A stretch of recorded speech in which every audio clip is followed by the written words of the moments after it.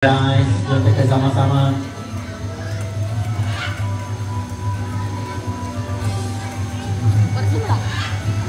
Okay, alright. So, Jody, come on. Yeah. Alright. Pandai dia, bagus. You are very good. Okay, well done, Jody. Thank you so much. So, for your information, they have Einstein about 7 times sharper than human being. That's why. Ada Amal mengajar lagi. Okay, jom kita teruskan lagi. Please welcome Julie. Mengajar lagi, bos. President Kokatu.